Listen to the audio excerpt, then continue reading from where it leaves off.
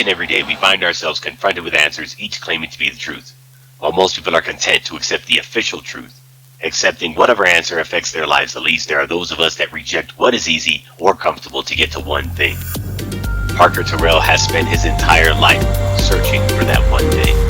Ladies and gentlemen, this is Plain Truth. Welcome, friends. We have an exciting and informative show for you today, but first I'd like to introduce a recent addition to the production team over here at Plain Truth. Arlo Theodore was a comm specialist for Asiato before he left to join us. Say hello, Arlo. Hi, how you doing? All right, first of all, Arlo, welcome to the team. We're all thrilled to have your expertise and help our message reach more people. Thanks. I'm glad to be here. So you were at Asiato for 10 years, correct?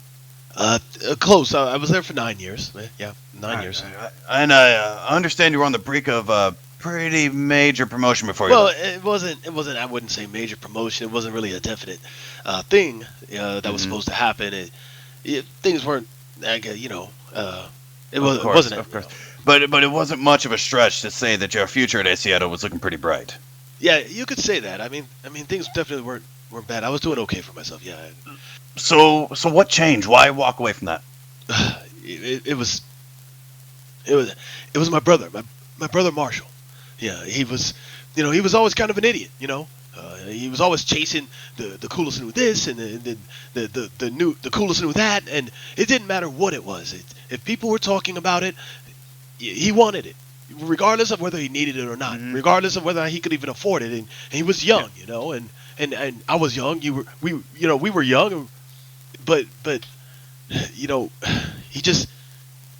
Marshall just didn't. He had no control, and he started running up debts and taking out loans to pay for other loans, and it just continued on, and he refused to admit how quick he was sinking. He just assumed that somehow it was all going to work out, that everything would be fine in the end. And the Central Core Bank, they came after him. And he panicked.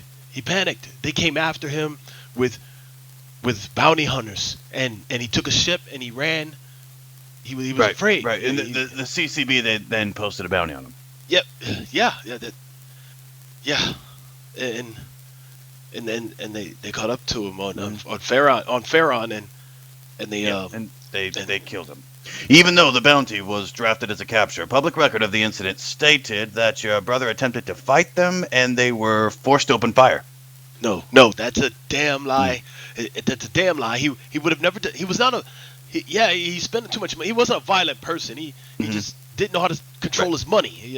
Well, the two bounty hunters who were involved in the incident were officially cleared of wrongdoing. But if you ask me, the entire situation seemed to be destined for violence the second the CCB issued the bounty. It put your brother in the same category with murderers and fugitives. I know that's a fantastical concept to the political puppets over at the advocacy, but there's a distinction between violent and non-violent offenders. Yep, Marshall ran. He ran because he was scared, because they sent killers after him. After him. He needed a wake-up call. He needed to learn some financial responsibility. He did not need to be hunted down and killed. He did not need that. And people call this a civilization. I ask you, is the sanctioned killing of your brother civilized? A first-time offender who, like you said, was only guilty of being young and getting caught up in the allure of material possessions. Doesn't sound like civilized.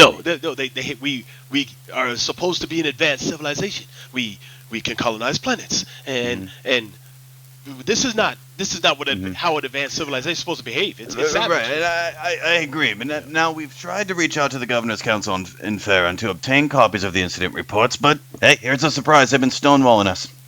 Yeah, because they know what they did. They know what they did.